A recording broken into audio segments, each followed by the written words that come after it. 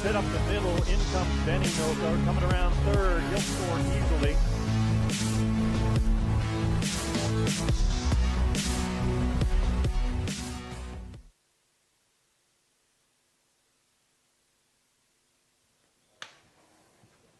Hello, softball fans near and far. Welcome to continuing coverage of the 36th Annual Zeister Slot Pre-Championship Tournament from the historical Blickenberg Sports Park in Zeist, Netherlands. Lance Wynn alongside my usual partner, Jason Chopper Gerbes, bringing you the tournament finale as the New Zealand Black Sox will take on Australia. And Chopper, when we look at this matchup, and regardless of the fact that it's a preseason, last game of this pre-tournament, you got to figure that both teams are itching to take some good positive things with them to Prague. Well, they sure are, mate, and it's a big opportunity. It's great to be with you again on the mic, my friend Lance, and I love calling the games with you, of course. And, mate, it should be an interesting one. New Zealand look like they've got their number one lineup out there to me. Leighton Reid on the hill for Australia. That'll be interesting.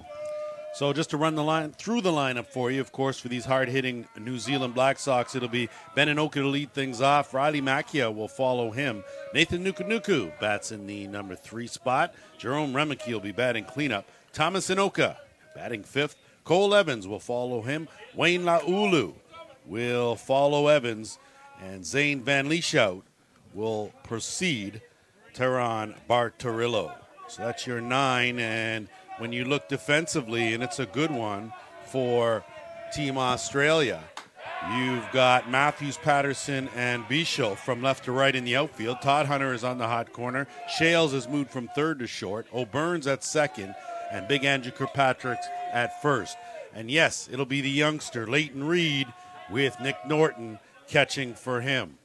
So a good test. You don't tip off all your cards. You give your youngster in Leighton Reid a chance to work against some serious international competition, and it could be a win-win with the result not necessarily being the total outcome, if you understand what I'm saying to you, Chopper. Well, of course, and it is a game of poker, isn't it? We know that the World Championship starts only 4 days away in the Czech Republic, and they will hold their cards close to their heart, but they'll also want to execute quite a lot of things here, and I think we're in for a great matchup here today. So this here, a good matchup with Reid against Ben Inoka. Of course, Ben, one of the supreme leadoff hitters in the game of softball, and he continues along with a number of Inokas to set the record book and set the standard for the way the game is supposed to be played.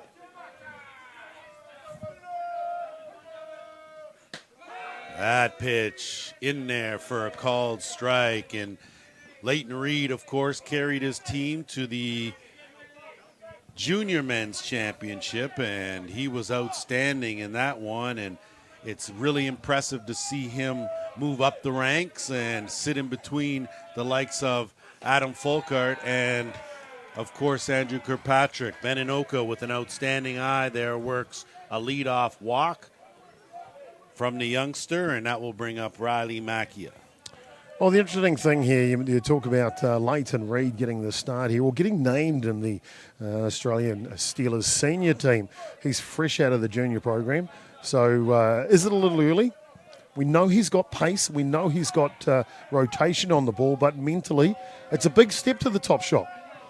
And I think that's where this is really helping him in this situation. And I think the way the coaching staff arranged the day so that you had, obviously, with Andrew Kirkpatrick pitching the first game, then you went to Adam Folkart, now you're going to Leighton Reid, just to sort of tie everything in. So that's in itself. It is indeed, and it's great to have that experience in that Aussie Steelers.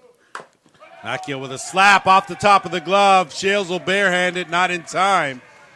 Not even, I'm surprised that he even got it over there with a chance, but that's an infield single for Riley Macchia, who just punched that just over Todd Hunter's glove at third for a single, and 2 aboard now for Nathan Nukunuku. Well, I tell you what, it's going to keep them on their toes out here, especially the umpiring crew. Jens Jakobsen behind the disc, Patrick Royals at first base.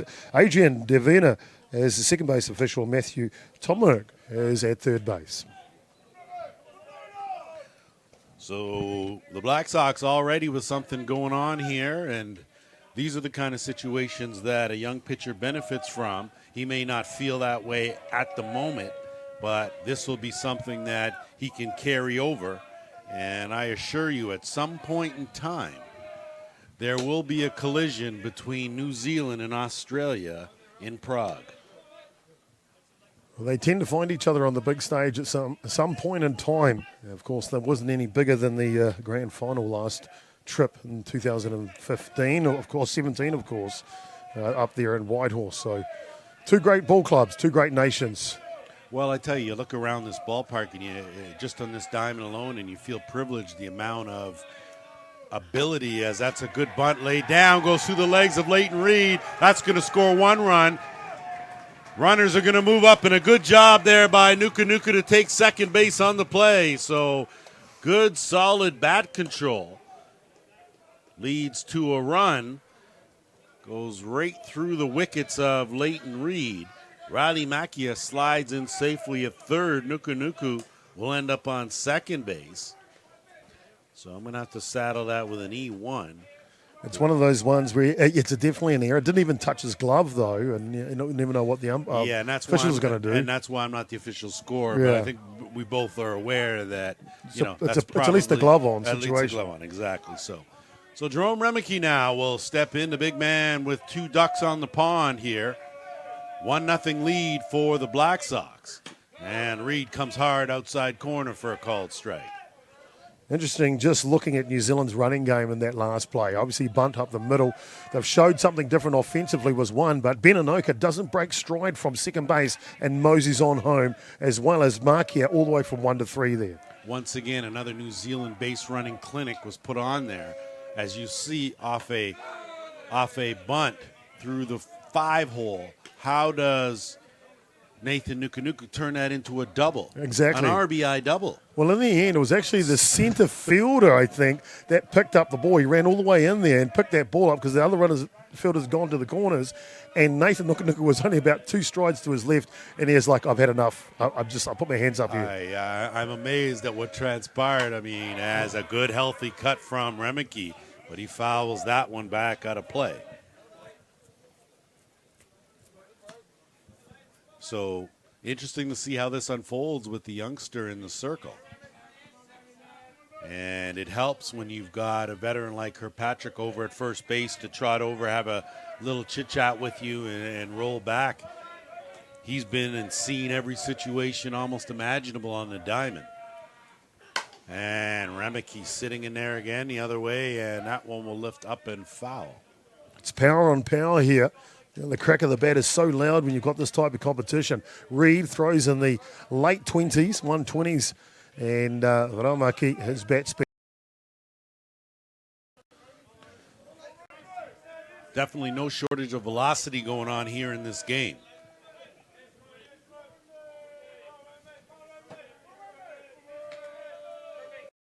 And he couldn't hold up on that. Yes, he did go around.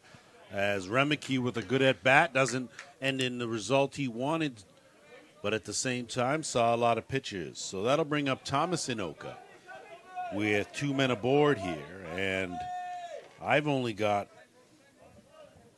1 away here. Of course, yes, just the strikeout there. We got the walk first, and of course then the single, and then the I'll just bump that between your legs. Nathan Nuku Nuku That's double right. RBI. So. double RBI double that didn't leave the infield. So,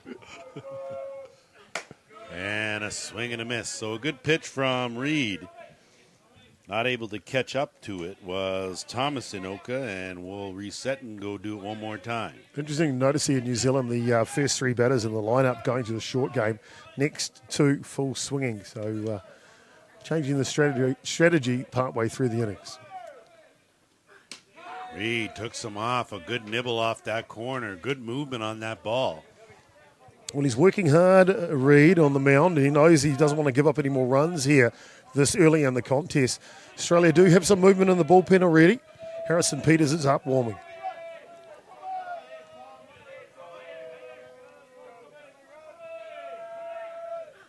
And that ball lifted up to center field, but settling under it is Patterson.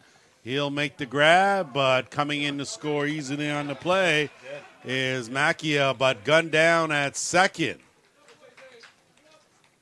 And that looks like it was Nuku trying to take a little bit too much there. So Thomas Inoka will get credit for the RBI on the sack. That will bring around Macchia to score the second run. And Nuku gunned down, trying to get a little too greedy. Yeah, just came off the base a little too far there. And good play by Australia not to give up on that play. And picked off Nathan just being too far off there. But Thomas getting the job done first. Most certainly. So we'll take a quick break and then back with the bottom half and the Aussie lineup.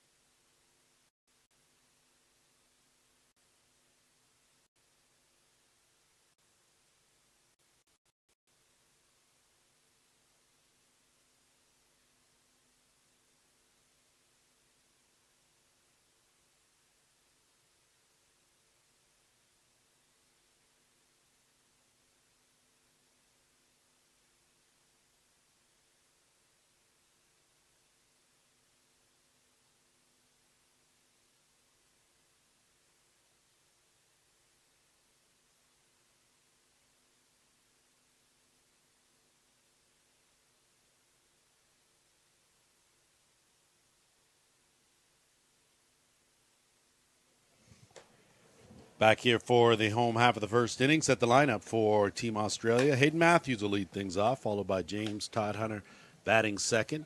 Nick Shales is in the 3-hole. Andrew Kirkpatrick's batting cleanup. He's followed by Brendan O'Byrne. Batting sixth is Nick Norton. Josh White is in the 7th spot.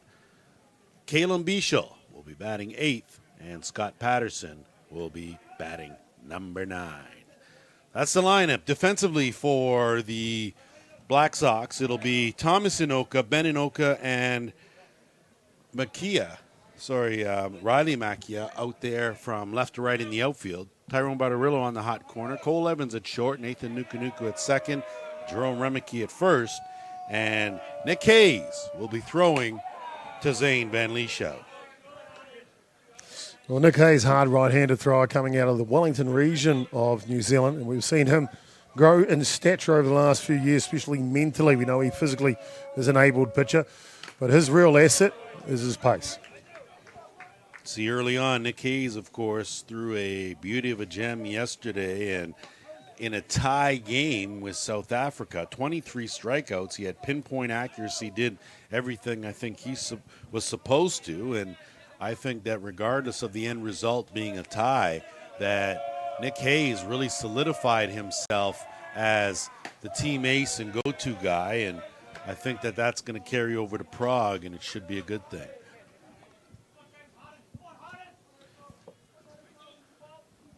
Well, it is a good thing because you're right, he's getting the innings in just before going to that World Championship. And confidence for a pitcher, that's what it's all about. And on that outside corner, Hayes all over it. So working on top here against Hayden Matthews. Count even, 2 balls, 2 strikes. And Hayes again nibbles on that corner, doesn't get a bite, and that'll run the count full.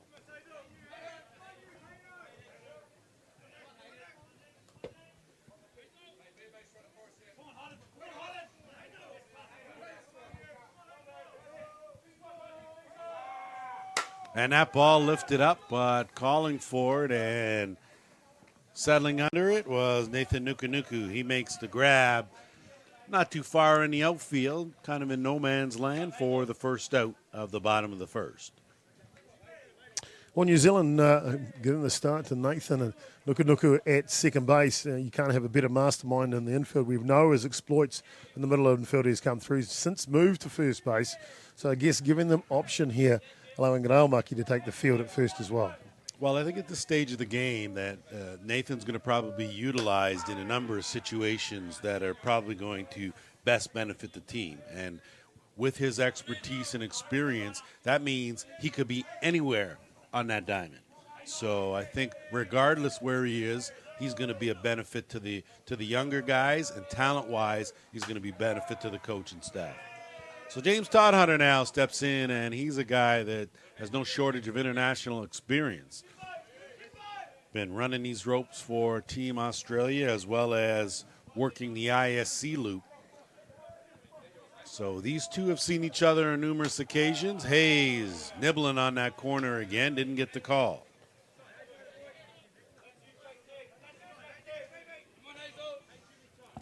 Watching Australia here, just taking their time there at bats. Good to see a few pitches. Good to see. No need to rush into anything. You want to get as many quality at bats as you can heading into Prague, and I think that's where we're at. And this, of course, being a tournament where there was no championship final. So the idea here is to work the kinks out, okay? Get a rhythm going. Get your pitchers comfortable. See how you're setting the roles for guys. Those are kind of things that are going to be very important going forward when you head to Prague. That pitch is in there for a strike. Todhunter had a notion, couldn't pull the trigger. Well, there's that velocity again from Hayes. Just a heavy drop ball, that outside edge. If Hayes stays focused, he's going to be a real problem for a lot of teams.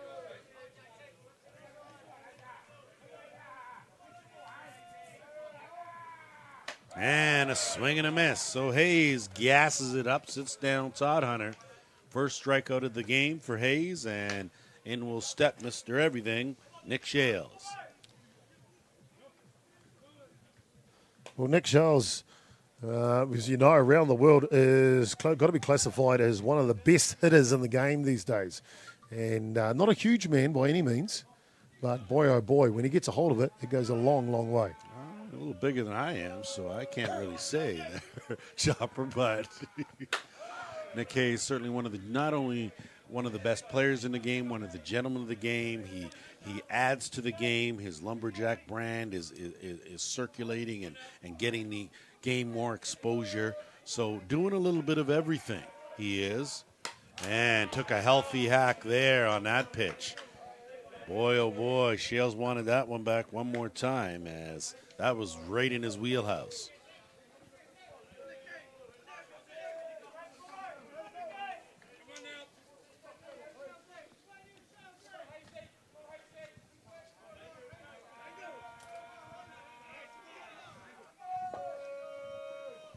Going with the rise ball, tried to get Shales to chase that.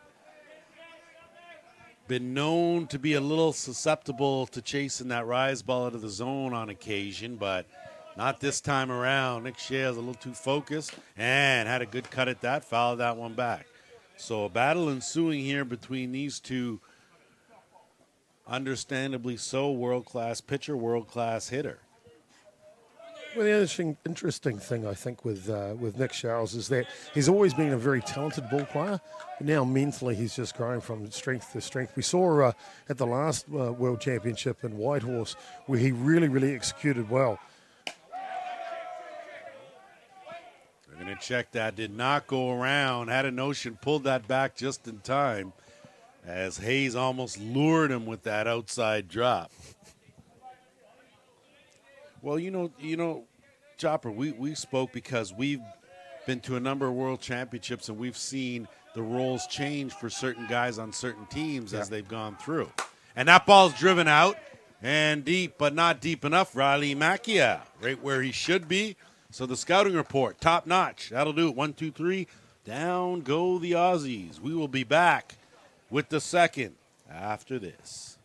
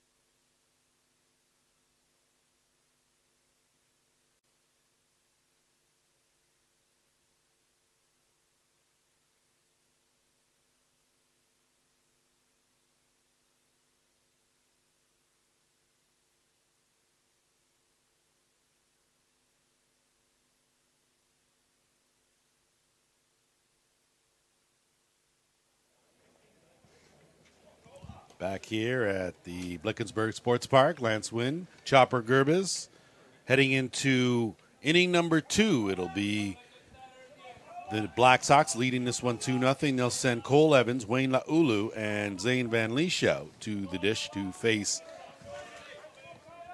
Leighton Reed.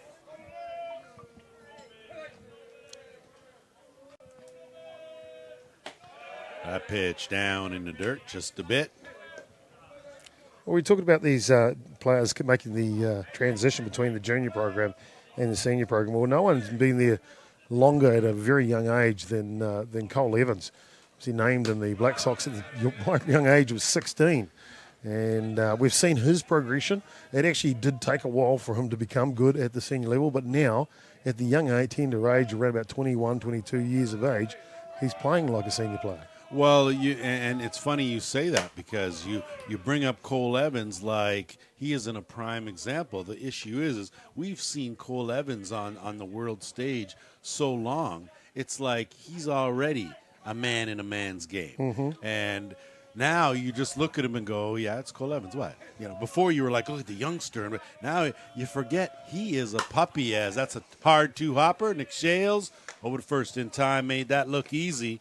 6-3 on the putout on a good hard hit ground ball, but nothing doing as that'll bring up Wayne Laulu. Well, Wayne Laulu's got to be the crowd favourite for sure. Every time he comes to the ballpark. Oh, he's everybody's favorite. Are you kidding? Come on. He just puts a smile on the face, doesn't he? Exciting to watch at the bat. That's the big part of his repertoire, if you ask me. And he's got no problems taking the good with the bad, and that's the big thing. He never takes things too seriously that are going to affect what's going on. And he'll always acknowledge a good play, and he's a gentleman and very respectful of the game and the guys that play it. And I think that translates a lot because, boy, oh boy, when you deal with these guys on a regular basis, whether it be in their country or in yours or wherever, man, when they're the same, those are the guys that you want to be around on a regular basis. Yeah, those are the guys for sure. In the hole here, 0-2, has some work to do against the youngster Leighton Reed.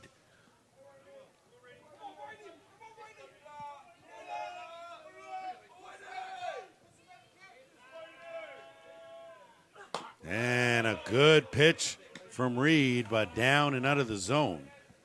Plenty of effort coming out of Reed. You can hear that. Just the grunt as he makes as he's releasing the ball. And Wayne Laulu responds with a note as that one comes through. And gassed that one up, and not even Norton could keep that one in the glove. So Laulu is back. The count now even at 2 balls and 2 strikes.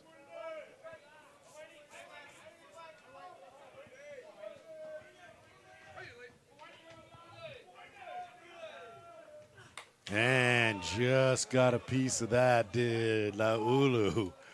And you always know, Wayne, you always watch him in his expressions, and he'll always give you a gesture, let you know that either I got away with one or lucky or that was a really good pitch. And you can tell everything gets filed in the database for the next time. He's always working up there, isn't he? He is. And that ball undercut, lifted a mile high, but settling under it and making the grab was Patterson out in center field for the second out. Good contest there. The youngster Reed winning that one in the end, and but quality at bat from Laulu for sure.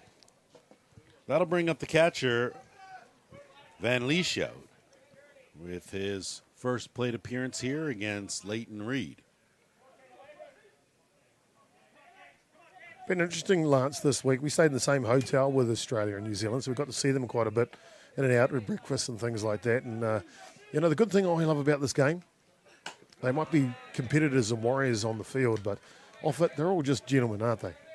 I have said that, and I think that's what makes some of the time away from the people we care about a little easier to bridge when you come into contact with guys that play this game and are away as well. So the similarities are you have something mutually in common, but to talk to these guys, to know that these guys a lot of times hear the things that you say about them and what they think and that sort of thing makes a big difference, because a lot of times we're sitting here really giving you our side and our perspective. As you see that ball lifted up, looks like Matthews is there, and he is to record the final out. So some hard hit balls, but none of them found a hole. 1, 2, 3, down go the Black Sox. We're going to head down to the bottom of the second after this.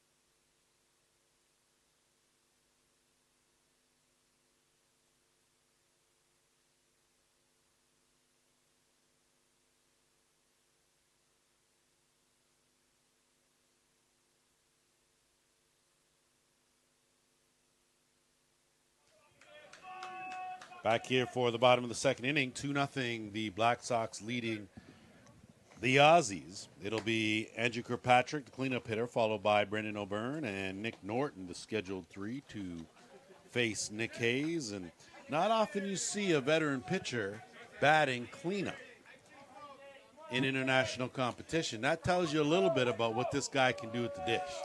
There's not many players that can go both ways here, and Andrew Kirkpatrick has proved it over the years, a senior player now, who was tempted out of retirement, of course, for this trip, and made captain of the team. He is a legitimate hitter and a legitimate world-class pitcher. Well, I think his team and his nation needs him, and I'm glad that he answered the call, because that sure brings him back as he fouls another one off, and better be leery down the lines with the short fence.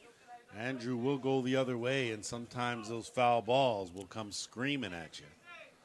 We have the safety of the confines here, but not everyone does. So heads up, make sure you're paying attention to the game. Took something off, it did Hayes. I've got a count of 1 ball, 2 strikes. Mm-hmm. Now, I don't have an official clicker, so I can't make any promises, but I can only make guesstimations.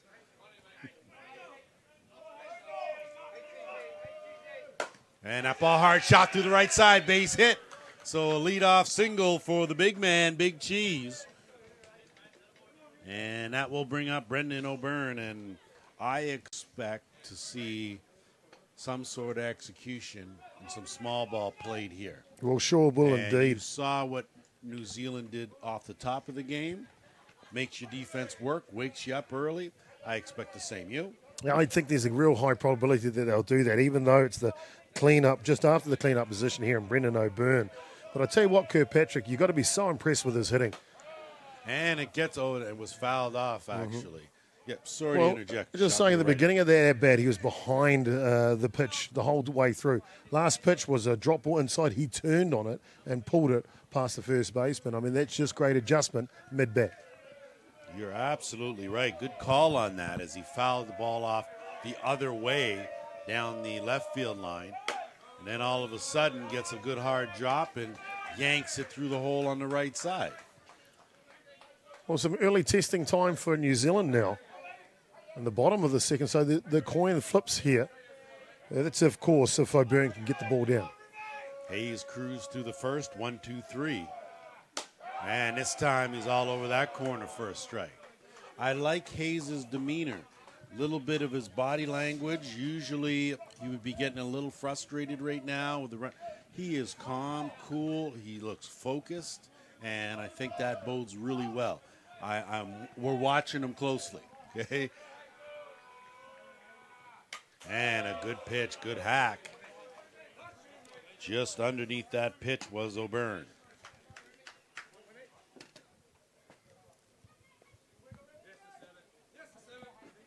That foul ball just ticking our camera. Norman Ames helping out with the crew today. Outstanding to have his efforts here. Lucky He's just to going to have line him. that up. Between him and Tim, we have been extremely lucky. Haven't we?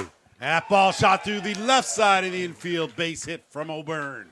So back-to-back singles for the Aussies, and they've got something brewing here with 2 men aboard. Nobody out for the catcher, Nick Norton.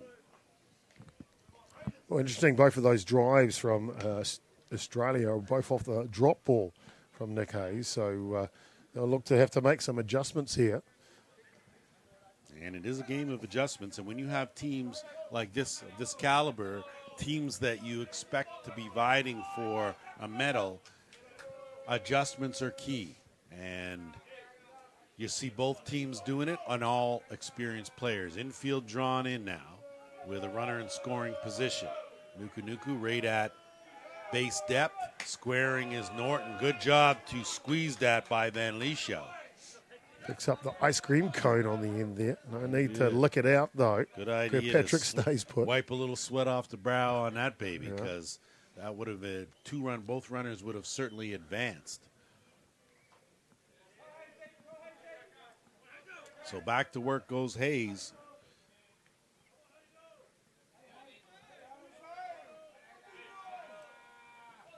Squaring was Norton and missing up on the rise ball. Of course, still no outs here.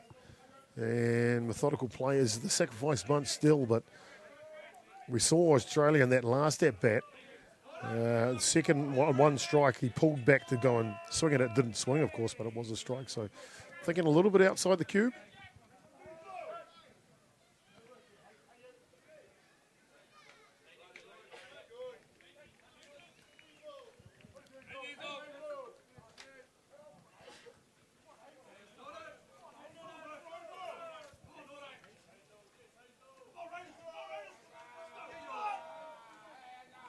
And a swing and a miss. Good pitch.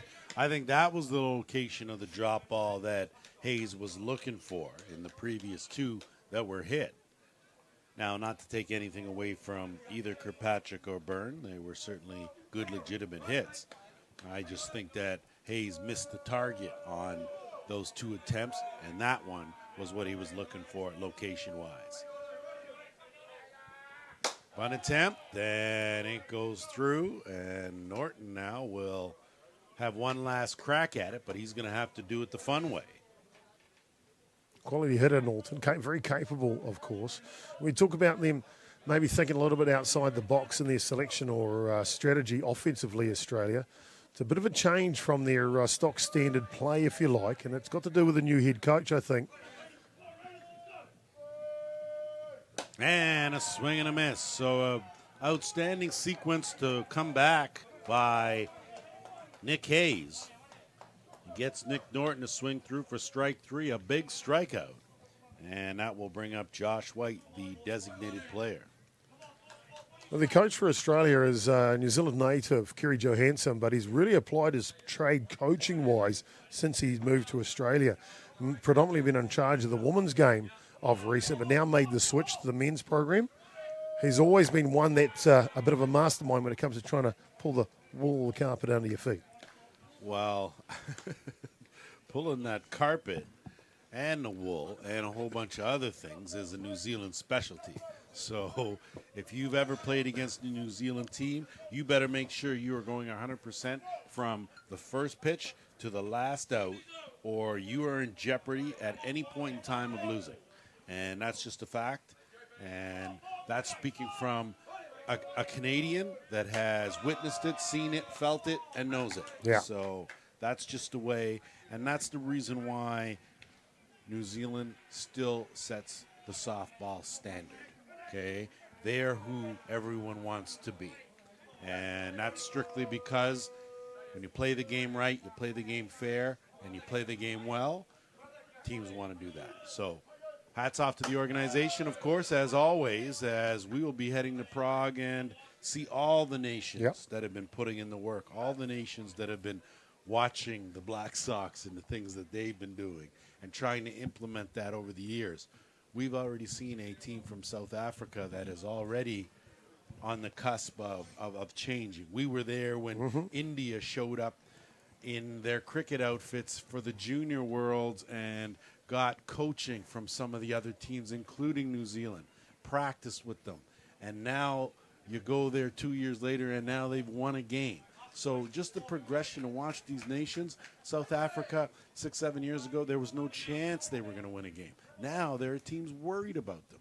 So come a long way, and it's been enjoyable just to watch, but know where the bar starts, and it starts with the Kiwis. That pitch by Josh White. Josh White fouled that pitch just off the plate and back. I'll tell you what, though, you mentioned that about the Kiwis. There is a number of nations that are just simply outstanding at the moment. On the back of Falkard and Kirkpatrick, Australia have been so good for such a long period of time now. And obviously the power S of Shales and the batting lineup just makes them a force to be reckoned with. We always know that good pitching will get you somewhere close to the last day in an event. But across the board, Canada, the USA making a resurgence again into the program. Argentina are always nipping at the heels. And who's going to be the surprise package next week? Will it be the host? You just never know. And understand when we talk about New Zealand being the bar setter, doesn't mean that they're unbeatable. Oh, yeah. Right? It just means that there's a lot of parity. Sometimes it's just one player here or one pitcher there that changes it. But when these two teams of this caliber lock horns, you don't know who's going to win. Yeah. You legitimately have no idea. And like you said, you throw in the resurgence of the Americans, throw Team Canada is always in the hunt. Of course, there are. You got Japan. Oh, Japan are real good right now. They never seem to go away. They get the feeling, man, and they're like a well-oiled machine. So those are the teams you understand when you're talking the top 5, 6, 7 teams. Boy, oh boy, you're talking about good quality. The other way, gobbled up though at second base, and a good play by Nuku. The flip over to first in plenty of time. O'Byrne in the meantime. Kirkpatrick in the meantime will move on over to third. And O'Byrne to second. And it'll leave it up to Kalen Bishop to see if he can't cash in the run and pull a run closer, trailing 2-0. Good tight contest here, but look at Australia right there. Singles ties this ball game up just like that. Well, Bishop was another kid in the junior program coming up, and it's been very impressive to see his evolution as well, and just to have him here and participating in these games is unbelievable experience for him. In a couple of years, he's going to be a force. Boy, oh boy, that's a hard hit. Played at third, Bartarillo over to first in time. So good job of working his way out of it. Hayes, 2 hits to start the inning, but they are stranded. We're going to move to the top of the third when we come back.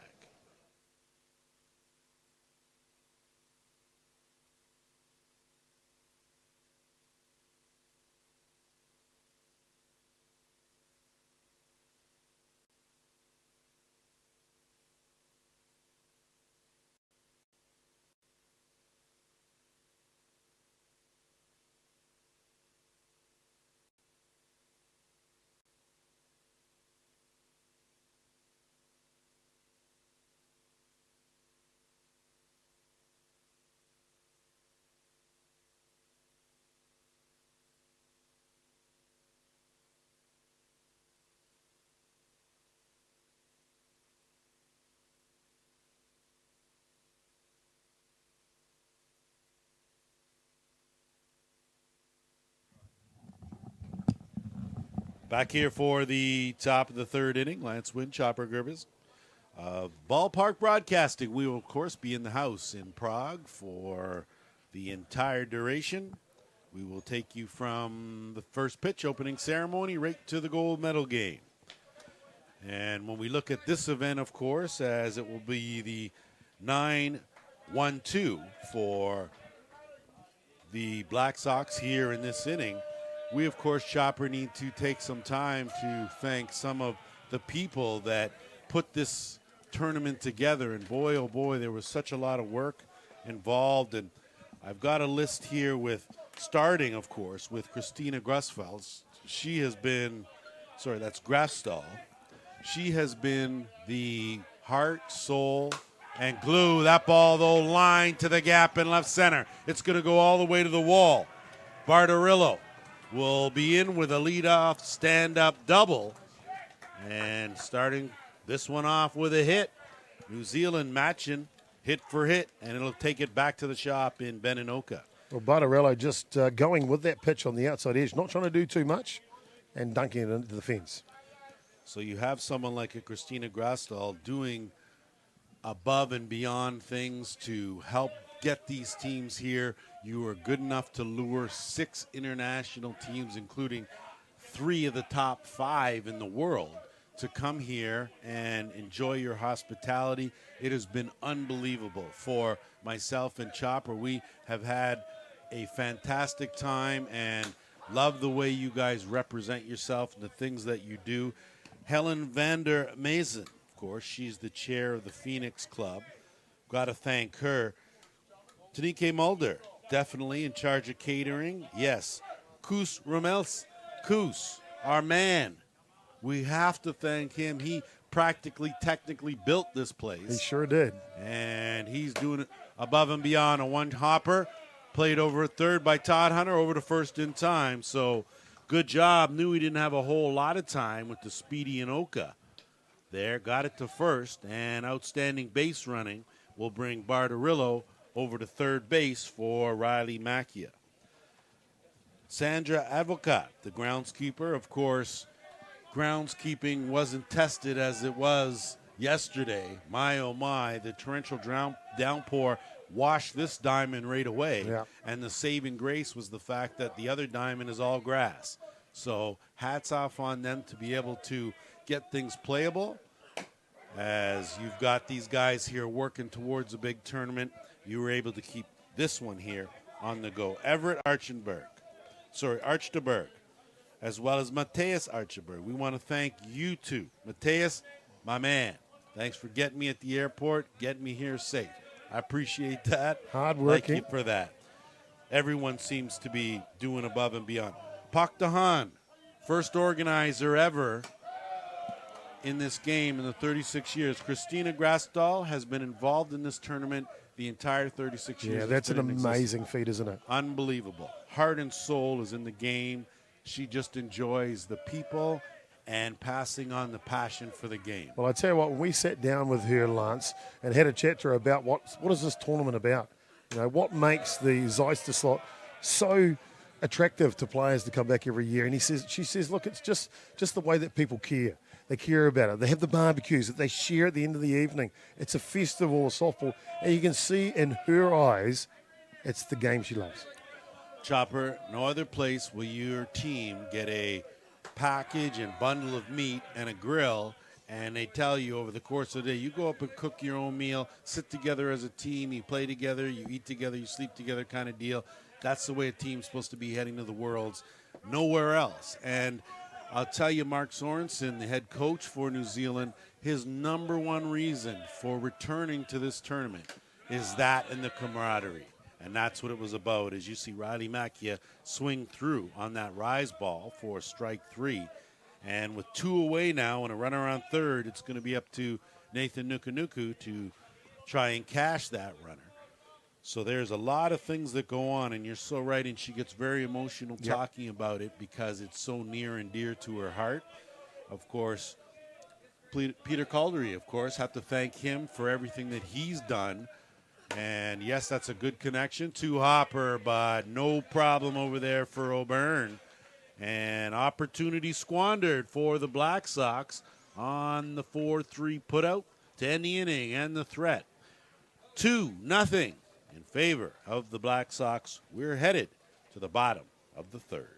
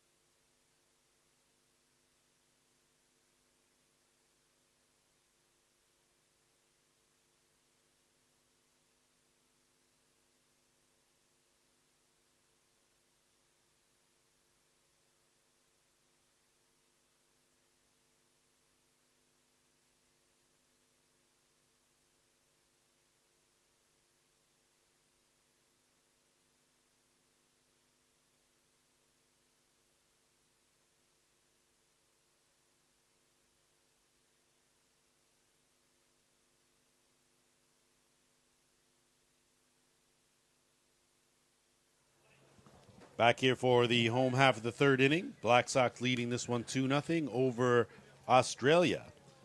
And I mentioned first Buck Dahan, and only because Puck was sitting in a wheelchair beside me the first game I was doing, and I had no idea who he was. And him and I got to talking later in the clubhouse.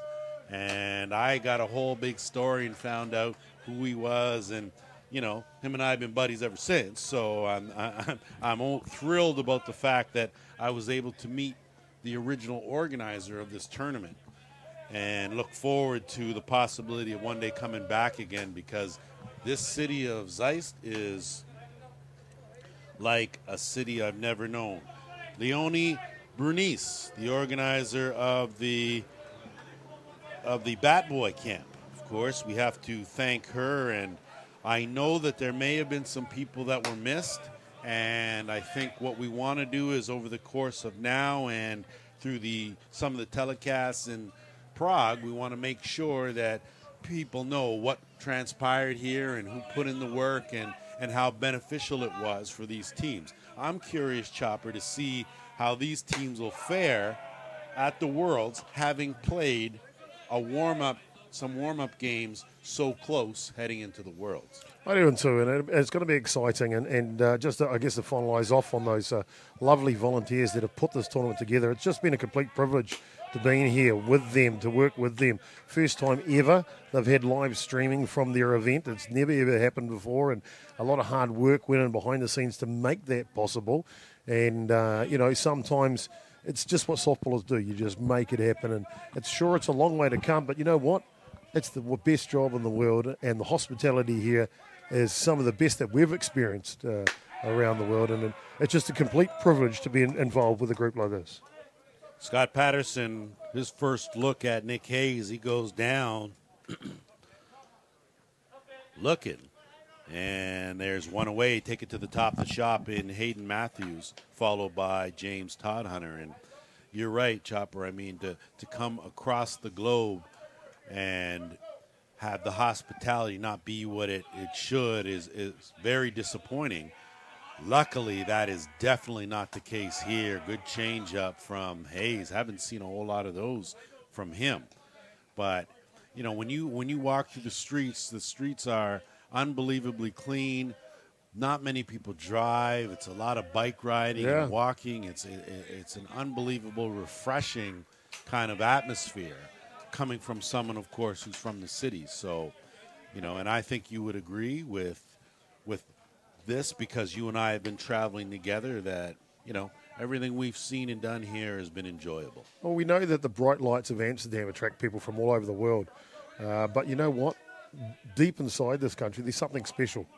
And it's a special place for sure, isn't it? Zeist is one of those in the world. Nick Hayes had a notion, wanted that corner, didn't get the call. May have been just a little bit outside to Matthews.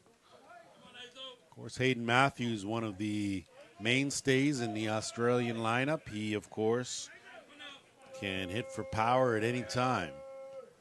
And a good eye there as Hayes goes to his second, what I believe to be the second changeup he's thrown here in this game. Yeah, I think that's something that he's been working on for a while now, and that is the ability to change the pace a bit more. And we know he can break the radar clock, especially get a speeding ticket if he was on the motorway, but you can't rely on that all the time. World-class hitters are going to eventually catch up to it.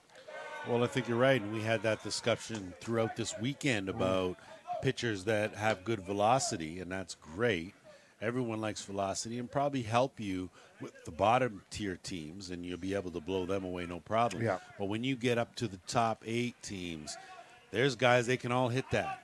Okay, it's about what else, what tools you have in your arsenal. What other pitches do you have? If you can change speed, that is so dangerous. So I know there's some pitchers that, as they get older, would give up a little bit of that velocity for the ability to put another pitch in their back pocket. Oh, yeah. Yeah, you look at those old veterans, Darren Zach, and they had like about 5 or 6 change-ups in the back pocket. So back-to-back strikeouts as Matthews goes down. Good job by Nick Hayes. He has recorded 4 strikeouts up to this point, and he will face James Todd-Hunter now. Todd-Hunter one of the strikeout victims, the first strikeout victim in the first. Hayes starts him off with a good hard pitch, just missing in the outside corner. So the only other game going on, South Africa, Netherlands, to wrap up this pre-tournament. Hayes comes in this time. Count now 2-0. Gotta say, I've been really impressed with the crowds here, Lance, in the Netherlands, because softball's a niche sport in the Netherlands, of course. But the following it gets is pretty decent. And a couple of the crowd that I've had a chance and pleasure to talk to, they're actually quite knowledgeable in the game as well.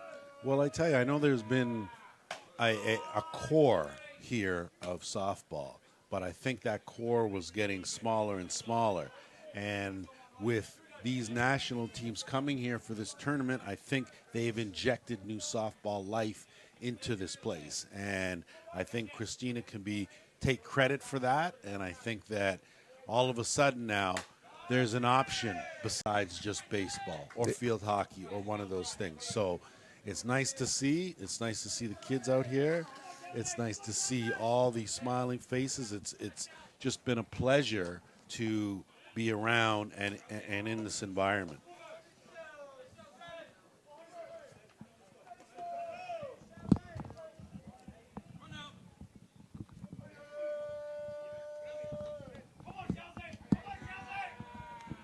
So with 2 out, it'll be Nick Shales and Nick Hayes doing battle. Todd Hunter, of course, looks like he walked, and that's just the first free pass issued by Hayes here in this game. Lumberjack logo took a big rip at that. That's why he wears that shin pad, because I think he fouled that one right directly off it there. I think I got a little bit of Van Leash out behind the dish on the ricochet. Everyone getting a little touch-up. Well, he's got one of the toughest jobs in the business for sure. And it's not just about catching Nick Hayes, it's about catching overall, period. Toughest position on the diamond for sure.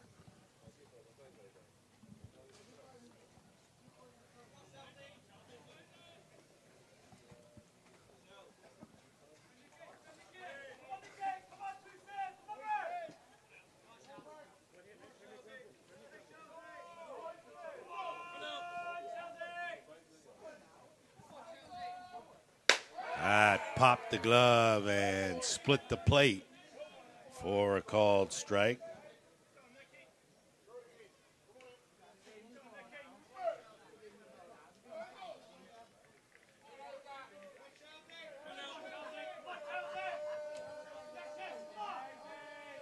And brings that one in. So Nick Hayes mows down Nicky Shales to end the inning, striking out the side. No runs, no hits. A runner left aboard. 2-0, New Zealand. Back with a top when we come back.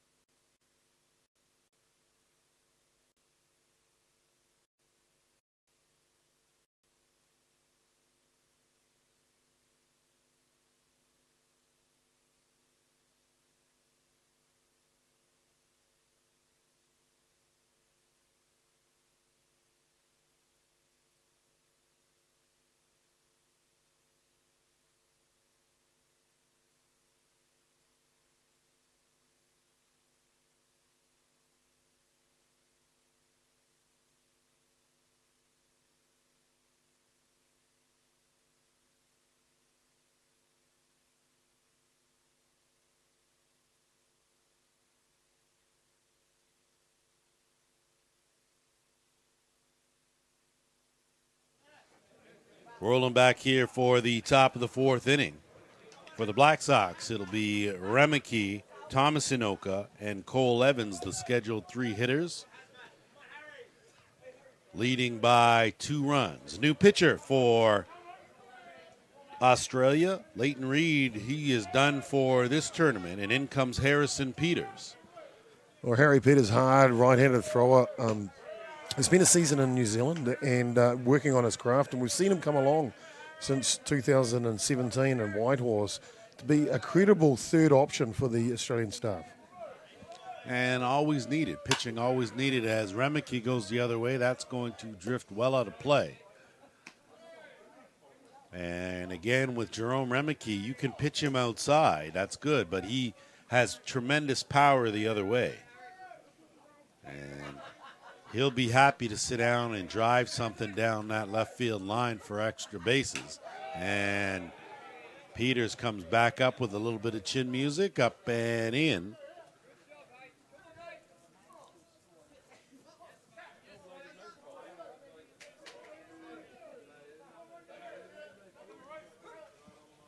And this one gassed up, but framed well by Norton, but no picture in it as it's a called ball.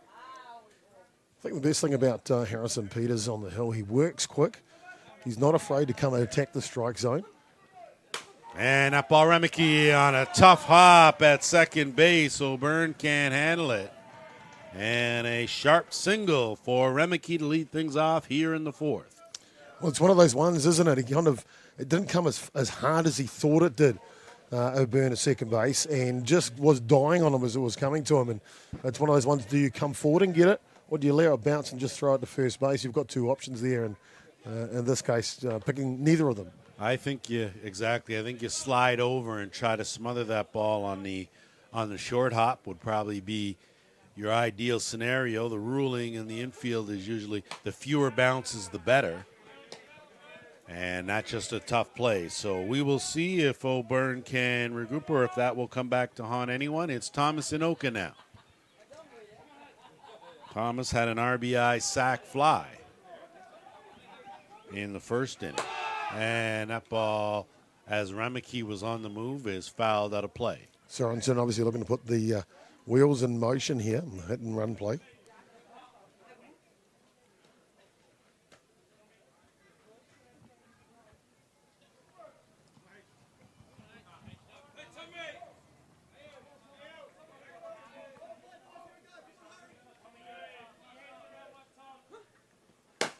That's a hard one. Chopper charged by Shales. Flip over to one and not in time to double him up, but that's a heck of a play from Nick Shales. You talk about cool under pressure. That back flip as you're running towards first base to flip it 2 second is no easy feat. So the force is out on the 6-4 putout. Thomas Inoka will end up at first. Nick Shales is out on the play, and that'll bring up Cole Evans, the 22-year-old veteran. That's right. Cole's 22, but he's had 15 years of international experience.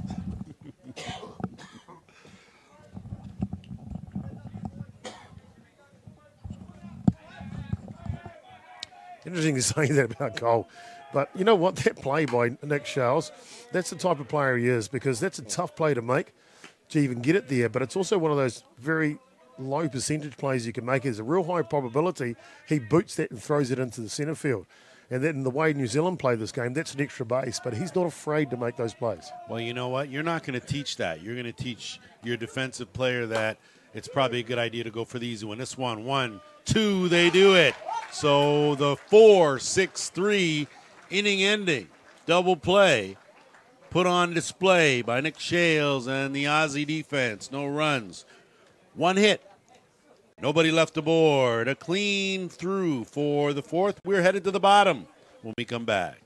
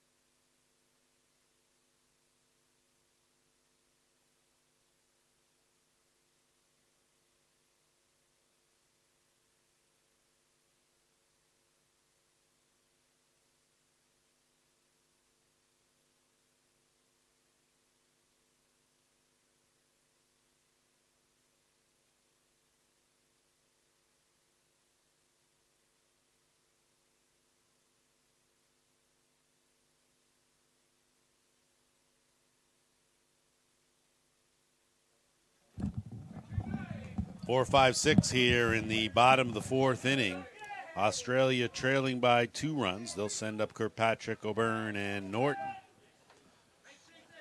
Nick Hayes still in the circle for New Zealand.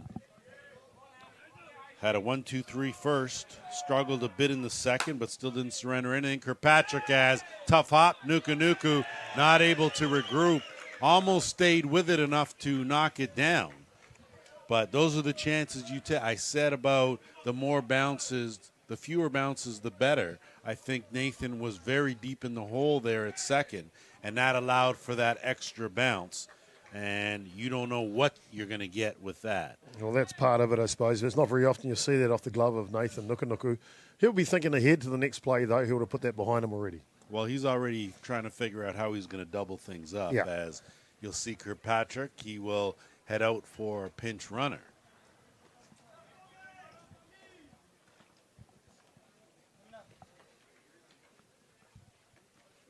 That's a good idea to give Andrew a break. And, of course, Australia, they're only trailing by 2 runs here, Lance. And if they can pick up a run here, we're only midway through this one, right? That's going to go a long way for a successful afternoon. Well, I think the only issue about this is going to be a time situation, as it looks like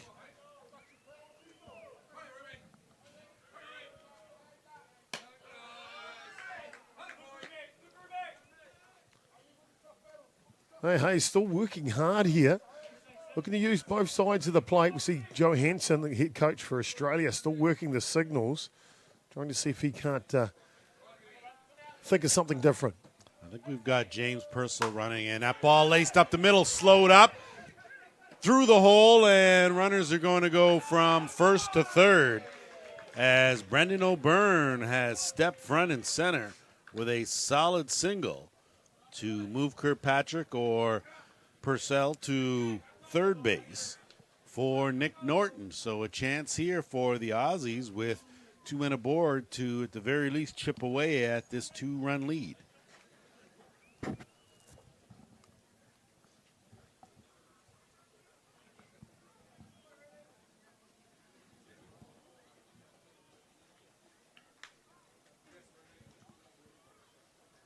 So a bit of a conference there on both teams' parts just to regroup, get an idea of where you'll be going in this situation.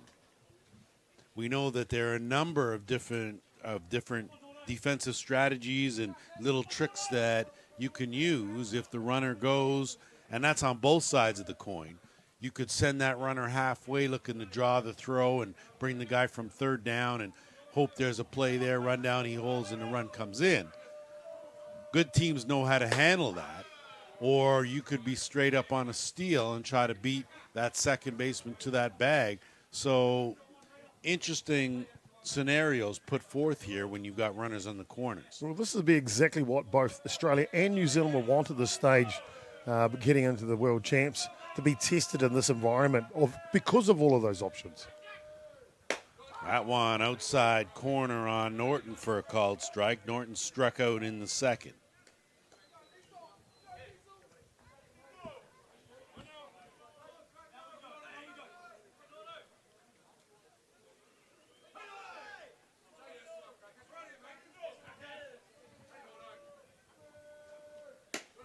Hayes took something off, missed on the outside.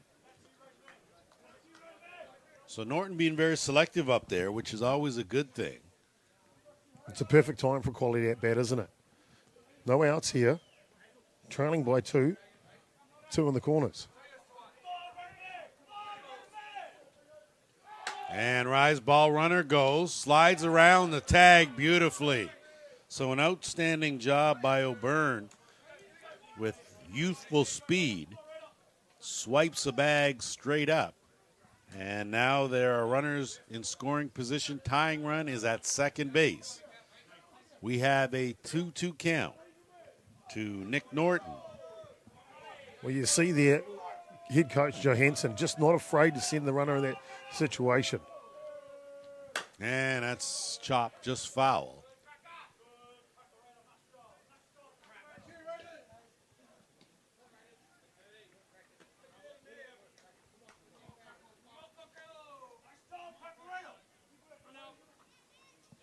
Tell you, a lot of times, very tempted not to say a whole lot when you got guys cheering like some of these cheers. These guys say some things I've never heard. That pitch, she fouled straight back by Norton. And I think Norton just used a lot of arms on that. Yeah. Didn't get a full extended swing. He sure does. Well, he's having a great at-bat here, taking plenty of pitches as Norton, taking his time. 2-2 count still. I think it's important sometimes, you were talking about being able to hear the crowd or hear the players. Sometimes the best commentary is exactly that. Took something off, half-hearted, up the middle. It's knocked down by Nuku. One run's going to come to score, so it's going to be a base hit by Nick Norton on a good piece of hitting. Well, interesting call here, Lance, before we go too much further. Cole Evans at shortstop's coming up the middle to try and make that play, and O'Byrne collides with him as he's heading towards the ball, and they're going to bring the umpires in here to see if there's an obstruction on the play. Well, that's a very distinct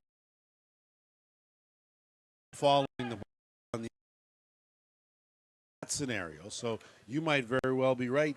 The previous game that you did with South Africa and Denmark, there was an obstruction call as well that resulted in a run being scored. Well, it's one of those things where you want to just get it right, and I think in this case it's quite interesting. The umpire's explaining it to the pitcher and whoever. You want to be talking to either the captain or the coach. That's simply as that.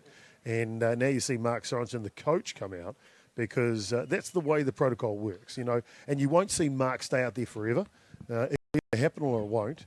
But you want to give those guys the privilege to speak rationally, ask the point, and get a description of what happened. Well, you got to go to the top, and that's where it starts with the coach. And when you talk to New Zealand, you speak with the coach first. That's the way it is, and your players will tell you. Players will tell you the same thing. Things go through coach, and that's the way it is. And there's a reason why he is the coach. So, I mean, it's always gracious for the umpires to give an explanation to the players. Sure That's is. great, but you're going to have to give that exact same explanation to the man in charge. I guess the thing in this situation is definitely was contact with Cole Evans. We could see that for sure. He got knocked onto his haunches there as he was trying to go to the ball. The question is, would he have got to the ball? Or would he have had a play had he? Did that affect the outcome of the play? Now, okay. If it was me playing shortstop, it's safe, right? I'm never going to get there. But this is Cole Evans, the type of player that can get. He ain't going to make a throw to home, but he could make the throw to one, right? Not even an infielder, man. Not even Hey, an infielder. the catches in the infield, thank you. No, not where you practice. We're not talking about practice, okay? It's not practice. I'm not talking about practice. It's the game. That's right. So it looks like no obstruction. What's no obstruction? Okay, we're going to leave that one alone, okay? No obstruction, no collusion, done. Sorry, Jim, no politics on the air. No. I apologize for that one. So it'll be Josh White now with runners on the corners. And a one-run game, 2-1 here, as the Aussies have cut the deficit in half with an RBI single from Nick Norton. Josh White here trying to do the same, and I don't know about you, but I have him trying to get something down, moving that runner in scoring position, seeing if you can't work the D to maybe cash that run in somewhere somehow. And a swing and a miss. So Hayes rears back and throws a seed. It's in there, a swing and a miss.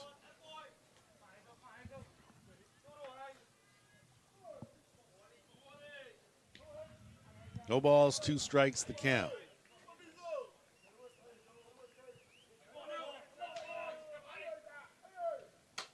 And up the ladder goes Nick Hayes. You see Hayes there, still plenty of velocity, and the rotation is there, of course. That thing just biting as it pops up through the above the top of the strike zone. Well, even when we saw Nick Hayes throw those 23 strikeouts against South Africa, it was an 8-inning affair, and a good pitch inside, tied up White, and will sit him down. There was at no point in time, even in the 8th, did Nick Hayes look like his velocity was in question. He looked very strong. He looked very consistent. And, of course, now we are Looks like we're going to have a pinch hitter. And no, we won't have a pinch hitter. It is Bichel. But I think a good time for a bit of a conference with one away. And runners on the corners one more time.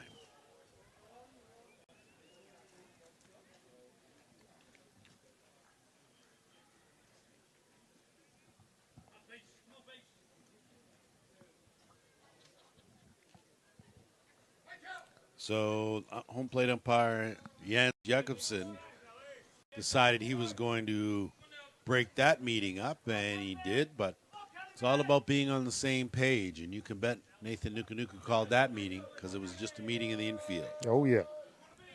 Well, it's important that they're all working together, isn't it? And they're all on the same page. Vital as Hayes comes down to Bichel. Bichel grounded out to third base to end the second inning.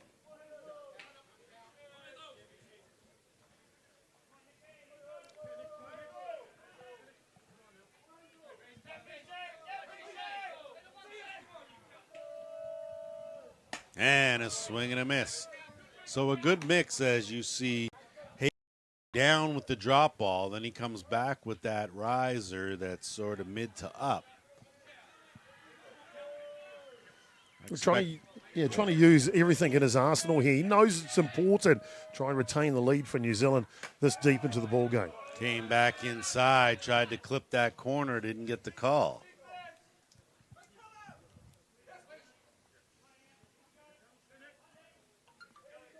You see Nukunuku just taking over in the infield again there.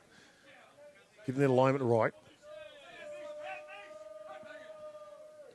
Man, that one chopped foul. So a good job to try to get on top of that by Bichel, not able to keep the ball in fair territory.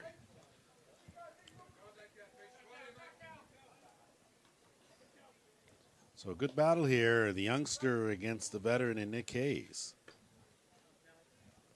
And you can see when Bichel is up there, he's choked up just a little bit.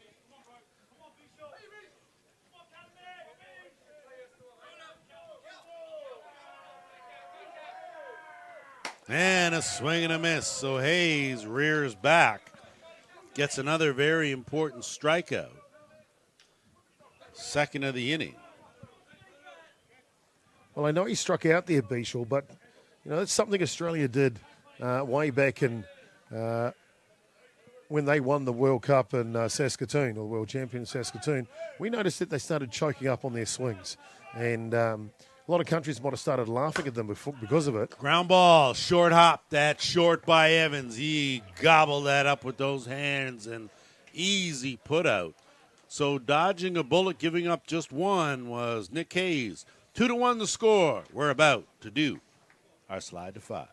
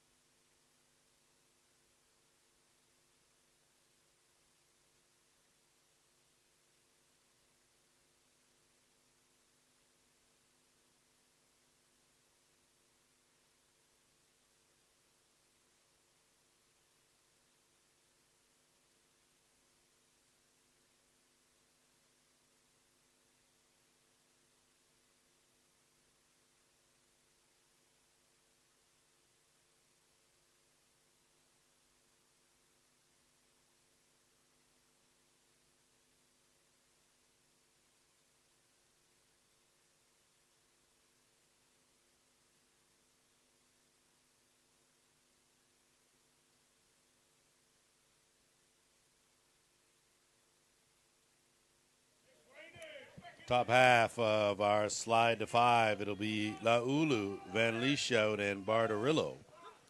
Scheduled 3 hitters to face Harrison Peters as that pitch in there for a called strike.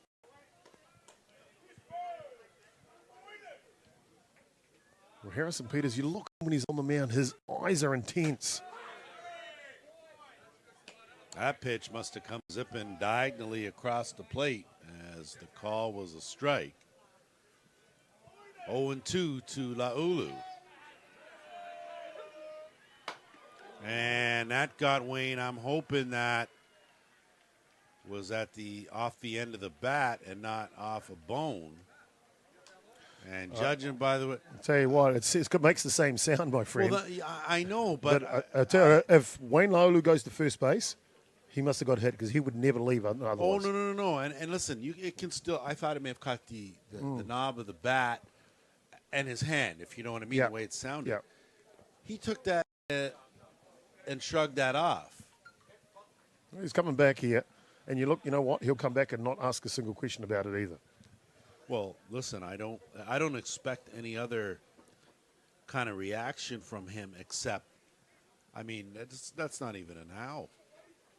So they're saying that it went off the bat. That's Must what they're have, saying. maybe off the shoe there, right? That's what they're thinking. I thought it was if you turn the bat to hit it, it went and you know it's pretty. You could try that 100 times, maybe hit that once.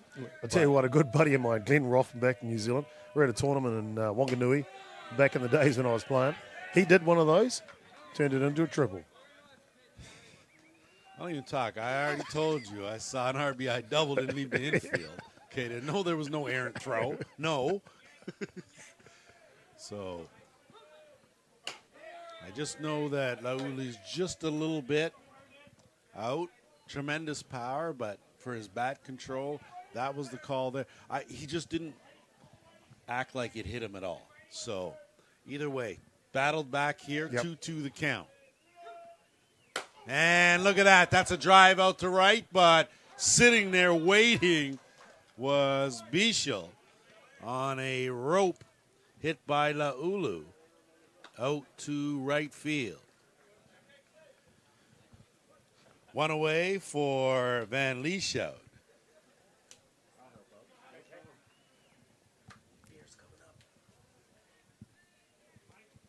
Great to have Tim on the crew this week, mate. I'll tell you what, there is nothing he won't do.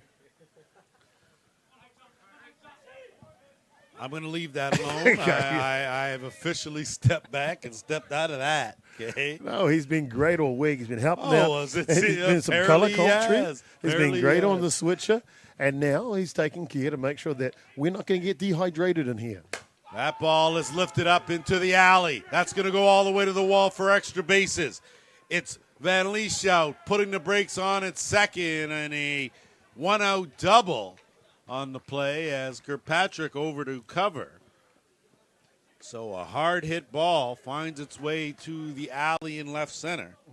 Good to see. Van Lieshout, good job of legging it out. Good to see, all right. Good to see Kirkpatrick back into the ball game. Jet Wright came in to run from him in the last innings there. But you see his experience to cover that base in that play where the outfitters, or the middle infield's going to go out. And that just goes to show his experience and how valuable it is to bring him back out of retirement. For sure. Definitely a good call on their part.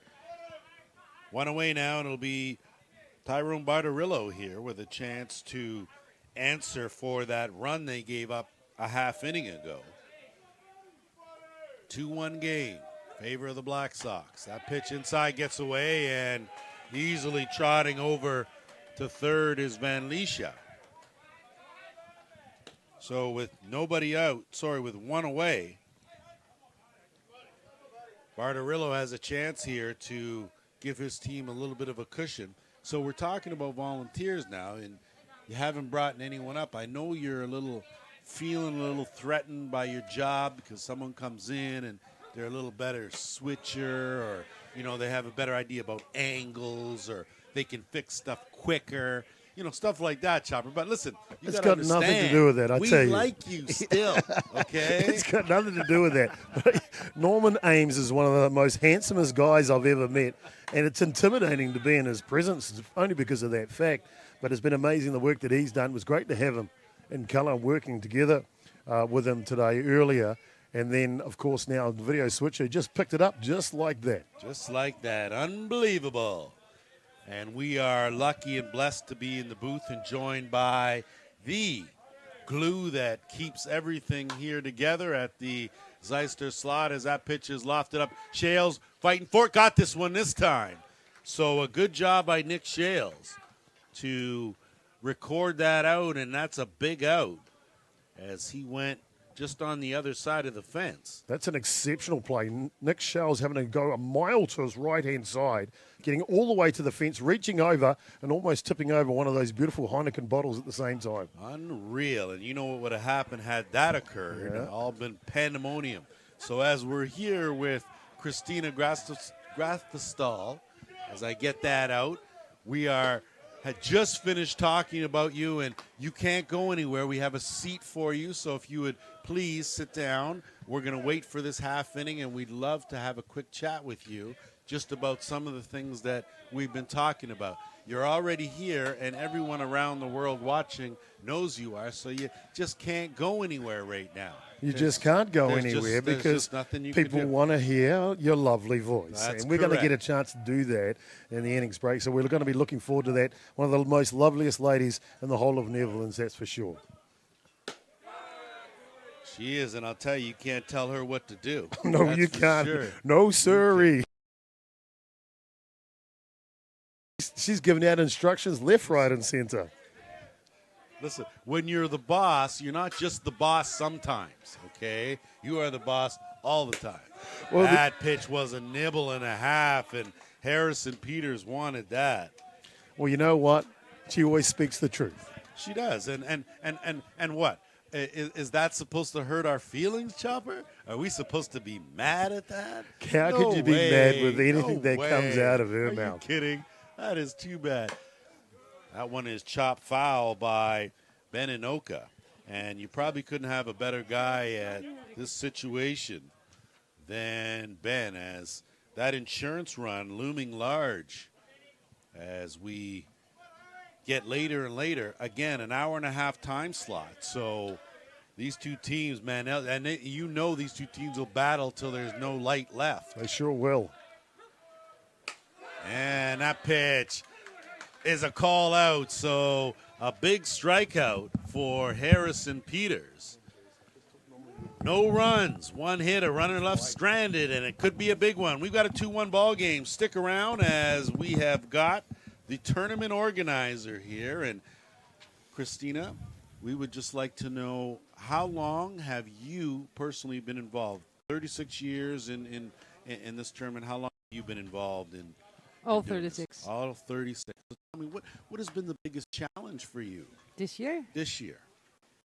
Because this year, of course, like no other year, you've got a whole entire tournament of international teams, 6 teams around the world, and they're all getting prepared for what will be the biggest event that they've ever been to in their lives, a lot of them, and they've decided to stop here first. So tell me what has been different this year as far as preparation goes and some of the hurdles that you've had to sort of get over in order to be here. So It was, well, not that different from the other years, just more. Right.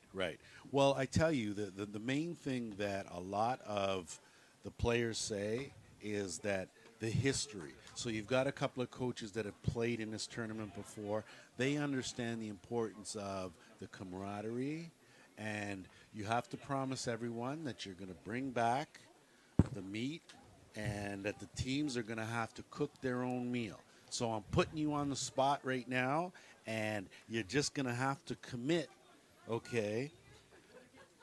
We will think it over. Oh, okay, I understand. And you know what? When it comes to the boss, I figured that's exactly what you were going to say, so that's fair. Listen, I really appreciate you being here. We love your hospitality. The beer's been excellent. The food's been outstanding. But more importantly, you guys, the volunteers, and everyone that you've had helping you and that's under you, we really want to thank you. We've come a long way, okay? So you've done nothing but put smiles on our face, and we look forward to telling everyone about all the great things that have occurred here, and that it would be in their better interest to go to Zeister and get that package of meat and barbecue with the team and have yourself a good time. So thank you. They would be very welcome, any time, any year. But what's difficult for me is I seem to be the one to get all the credit, and there's so many good people behind me that I'll tell you, don't get what they deserve. We listed off a whole list of volunteers. We were just lucky enough to get you here in the booth. We know that no one person could put something like this together, but there has to be an anchor. Okay, so thank you very much. You will see me again for sure here. We'll be there. And I look forward to it. So thank you very much, Christina. You're welcome. So back to action here as it was the top of the shop for the Aussies and Hayden Matthews. And maybe you can get me caught up, Chopper, on a lot of what occurred. We are very lucky to have Christina up in the booth and be able to give us her insight. Well, it was, and it's great to have Christina, and congratulations to her on an amazing tournament. We got official word from the umpire. It is going to be an hour-and-a-half match. There was about 7 minutes to go at the beginning of this inning, so if it's not a quick one here, then we'll think that's probably going to be the shot here for these two nations as they head march off to the Czech Republic. So one away here for Todd Hunter as that one from Hayes goes low.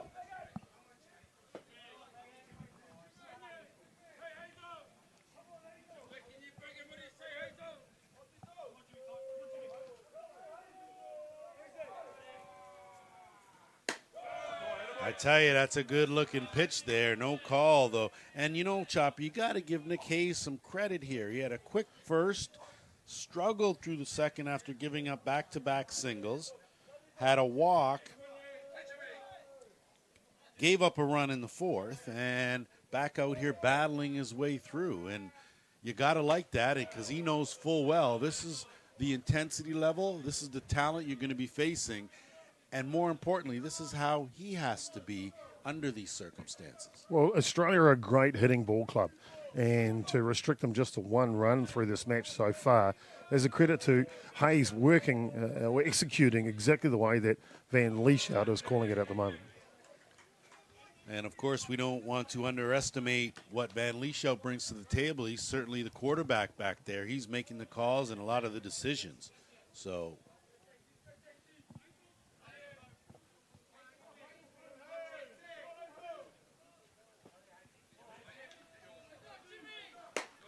that pitch, thought that may have caught the inside corner, but we have great seats here, but not the best vantage point to decide where the corners are at. No argument, of course, from Hayes as he does a good job of remaining composed. Todd Hunter works a one-out walk, and it'll be Nick Shales. So the meet's here, and I think this is going to be the do-or-die scenario for the Aussies. Either they are going to be able to tie this game up, or that's going to be it. Tying run on first base. Nick Shales, one of the best all-rounders in the game, up the middle, base hit. That may find the gap. No, closed in, runner's going to have to hold. So Todd Hunter holds at second base. A sharp single from Nick Shales. And with two runners aboard, it's the big man, Andrew Kirkpatrick, now that will step in.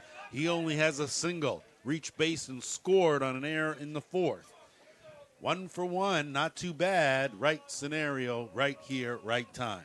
Well, the good thing about Kirkpatrick is he's managed to get onto the ball and pull it to the right-hand side both times. And with the runner at second base, that has got to be huge if he can achieve that feat again. So I think a good time as you're going to see potentially not sure if it's going to be a pitching change or if there's just going to be a bit of a huddle and timeout to settle Nick Hayes down just a bit and maybe have some words of wisdom from the coach. Well, it is. It's an opportune time, and we're very blessed with the New Zealand side to have great coaching staff and Mark Sorensen and Daryl Marino, two superstars. You can't go any better than their battery coach, Jimmy Wanner, the gold medal champion from 2004 in Christchurch, winning pitcher in that match with that type of experience. There in the dugout to come out in this situation to pass on just the right couple of words that's needed to get the victory. Words of wisdom, man, in the right time go a long way and usually aren't forgotten at all. So Kirkpatrick, he digs in well early. He's ready to go. Hayes ready to go. Infield drawn in a step in Nuku. And Hayes' first pitch swinging was Kirkpatrick, and he's not playing. Well, he can swing it for sure. A little late on that one is Kirkpatrick, but we saw him make adjustments before to come early, but with that type of powerful swing. We saw two balls fouled hard down the left field line before yanking a single through the hole on the right side. Hayes took something off. Beautiful pitch in there, first strike. So there was a good time for that pitch. Well, it's all about evolution, and there's a pitch that Kirkpatrick has never seen from Hayes before as he just floats that one and freezes him. Kirkpatrick in the hole here. And a swing and a miss. So a big strikeout from Nick Hayes as he goes to the money ball, the rise ball, and sits down Big Cheese. So it's going to be left up to Brendan O'Byrne now to keep this hope alive, trailing by a run, 2-1. Well, that'll call time from Nathan Nukunuku. He knows O'Byrne's hit 2 hits today, one to left and one to centre. He's looked good in there all day, O'Byrne. And now Nukunuku want to make sure we've got the right strategy here to get that last out needed. You're right. 2 singles and a stolen base. He was left stranded at second in the second, then left stranded at third in the fourth. Has himself an RBI. He's all over the stat sheet. And you're absolutely right with the tying run at second base. You can bet that Nathan Nukunuku wanted to make sure that everyone understood the situation. Exactly. And where you're going if the ball's hit where.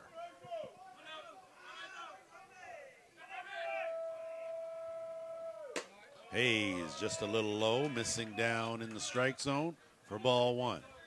Of course, with Australia having a veteran like Todd Hunter at second base, Nukunuku will be making sure that he can't see or figure out the signals in this situation as well, because elite ball players tend to be able to figure those things out. Hayes brings it inside right on the knees. O'Byrne does a good job of getting out of the way.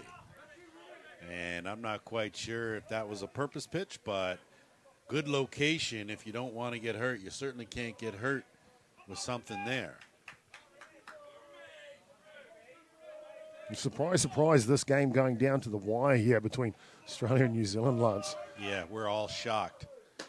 That pitch just missed. I know there are a lot of people around the world as shocked as I am. Yeah. Sure, Chopper, sure.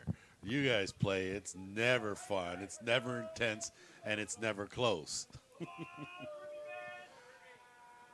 Hayes comes back, gets the inside corner. So we'll see if Hayes can battle back into this count here. O'Byrne just nodding his appreciation of that pitch from Hayes. Nukunuku talking to Todd Hunter at 2. A couple of games going on out there at the moment.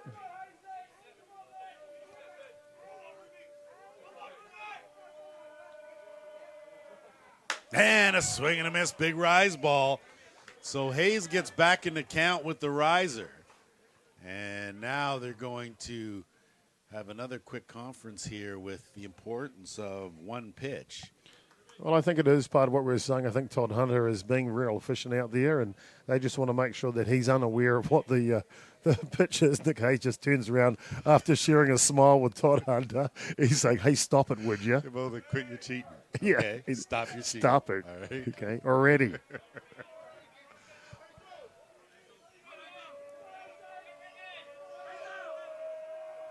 And that one's lifted up, but calling for it, it's going to be Van Lieshout if it stays fair. And Van Lieshout does a great job to haul it back in. He does indeed. Did it touch? It did. It must have touched the tree above us. Well, he sure played that off perfectly because we can't see anything above Chopper's head. I don't know about you, buddy, but when I grew up, it was like one bounce, one hand. Well, it's got to be one tree, one glove, right? You can't blame Van Lieshout trying to grab that one. You got to try a little something every single time. So a reset here as one strike away is Nick Hayes.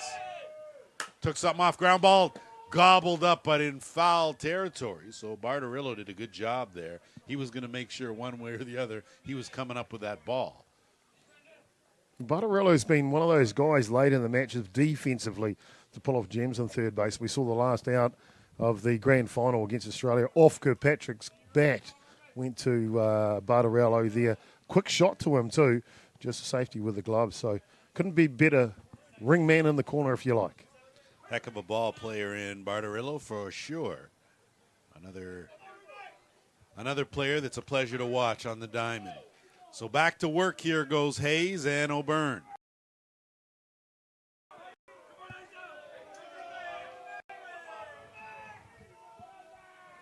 That pitch is lifted up and drifting, foul out of play. With some nice big trees that kind of just overhang the edge of the screens back here behind the home plate, and they've casted a shadow over the infield for part of the games today. So it's part of those ground rule conditions you've just got to get used to, right? Well, most certainly, and of course, not knowing how high up in the fence or being able to see anything directly up makes those pop-ups a little challenging, but as you can see, we're reset after another foul ball, and once again, it's going to be Hayes and Byrne going at it. Just another quality at-bat from Byrne.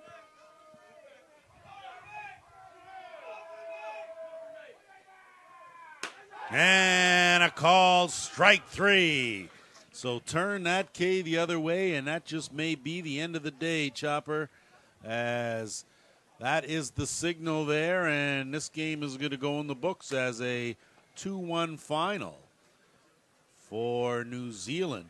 So you talk about the Black Sox, and of course, we decided that we were not going to put too much emphasis on wins and losses here.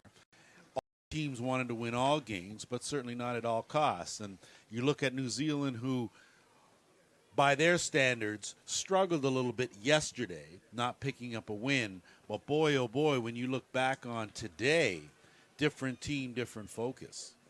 Well, it is indeed, and it's a completely different kettle of fish. And these two teams are putting the final touches on what's required to be a world champion as they head away to the Czech Republic in a couple of days. But there's a lot of pass marks out there.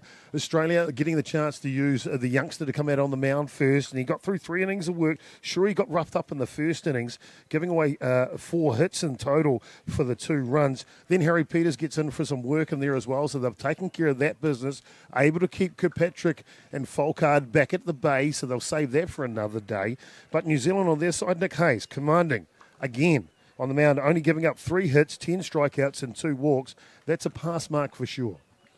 I couldn't agree with you more, and Chopper, I on a personal level want to thank you for inviting me down and making this trip so enjoyable and memorable, to say the least, as we will end up enjoying the festivities before we hop on a plane and head over to Prague with the Ballpark Broadcasting crew, and we will bring you all the action from the Czech Republic. Well, I'm looking forward to that, buddy. And, of course, before we go, let's just thank those guys that have helped us out this week. Obviously, the outstanding committee and Christina leading them. They've done an amazing job in the tournament. But the guys that have helped out in the crew with the broadcasting this week, remember, they've never, ever streamed any event before, and it's great to have them along. Norman Ames doing the video switcher on this one. Tim, of course, helping out with the other one. Izzy Nuku with his comments. Peter Calder, having him in there as well, having fantastic to get some of the local knowledge into the broadcast to bring it out to the rest of the world. We thank you for your volunteership to this great event, the Zeister slot, the 36th edition, and we thank you guys for having us along here. It's been such a great event and a great time to be involved here at Zeister slot and Zeiss as we sign off. 19, we'll head away to the World Championship, the WBSC Men's Softball Championship. That'll take off in the Czech Republic this coming Thursday night. We'll see you then.